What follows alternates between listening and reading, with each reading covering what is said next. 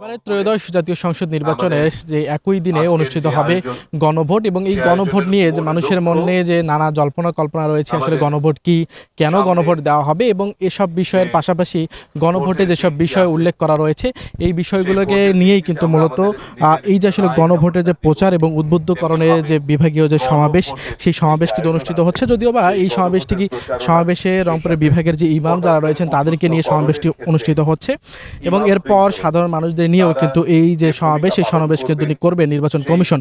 কিন্তু বলে রাখি যে আসলে এই যে আসলে গণভোট নিয়ে এত আলোচনা এত আন্দোলন হয়েছে, সেই গণভোটের যে অন্তর্ভুক্ত কোন কোন বিষয় যেগুলো রয়েছে সেই বিষয়গুলো যদি বলে রাখি যে আসলে তত্ত্বাবধায়ক সরকার, নির্বাচন কমিশন এবং সরকারের কর কমিশন গঠনে সরকারি দল এবং বিরোধী দল একত্রে কাজ করবে। অর্থাৎ যখন কোনো একটি সংস্থা তৈরি হবে সেখানে বিরোধী দলের পাশাপাশি আসলে বিরোধী দলের লোকজন থাকবে এমনটি কিন্তু বলছেন। তবে সরকারি ইচ্ছা মতেই সংবিধান সংস্কার করতে পারবে না, সেটাই কিন্তু এবারের যে গণভোট সেই গণভোটে কিন্তু রয়েছে।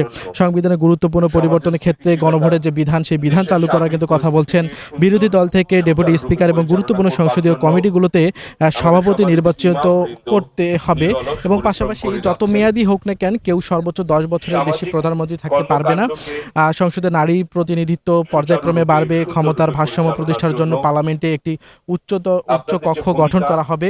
দেশের বিচার ব্যবস্থা স্বাধীনভাবে কাজ করবে। পাশাপাশি মানুষের যে মৌলিক যে অধিকার রয়েছে সেই অধিকারের মধ্যে কিন্তু বিশেষ করে উল্লেখ করেছে ইন্টারনেট সেবা বন্ধ কখনো হবে না, বরং বাড়বে এমনটি কিন্তু রয়েছে। দণ্ডপ্রাপ্ত অপরাধীকে রাষ্ট্রপতির ইচ্ছামতো ক্ষমা করতে পারবে না। পাশাপাশি রাষ্ট্রপতি এবং প্রধানমন্ত্রীর ক্ষমতার মধ্যে ভারসাম্য থাকবে। এই বিষয়গুলো কিন্তু এবারে যে গণভোট সেই গণভোটে কিন্তু উল্লেখ করা হয়েছে। যদি বলে রাখি যে আসলে এই যে গণভোট এবং ভোটারদের উদ্বুদ্ধকরণের যে বিভাগীয় সমাবেশ সেই সমাবেশ যদিও বা অনুষ্ঠিত হচ্ছে রংপুরে যে আবু সাইদ স্টেডিয়াম রয়েছে সেই স্টেডিয়ামে। এই স্টেডিয়ামে কিন্তু একটু পরেই অন্তর্বর্তী সরকারের যে ঊর্ধ্বতন যে কর্মকর্তা যারা রয়েছেন তারা কিন্তু এখানে আসবেন এবং এই যে ইমাম যারা রয়েছেন বিভাগের বিভিন্ন যে ইমাম যারা রয়েছেন তাদের সাথে কিন্তু কথা বলবেন, গণভোট নিয়ে কিন্তু তারা আলোচনা করবেন। তো বলা যায় যে আসলে এবারে যে গণভোট সেই গণভোট নিয়ে যদিও বা এর আগ থেকে নানা আলোচনা চলছে।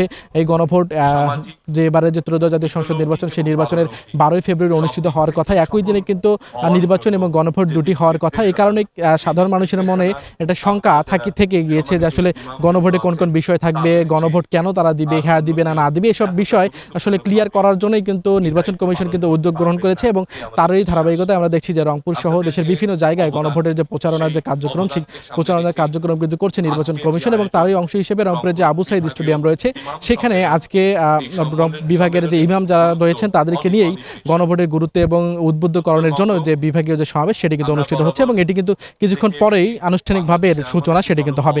তো এই ছিল কিন্তু রংপুরের যে আবু সাইদ স্টেডিয়াম থেকে গণভোটের আনুষ্ঠানিকতা, সেখান থেকে সর্বশেষ।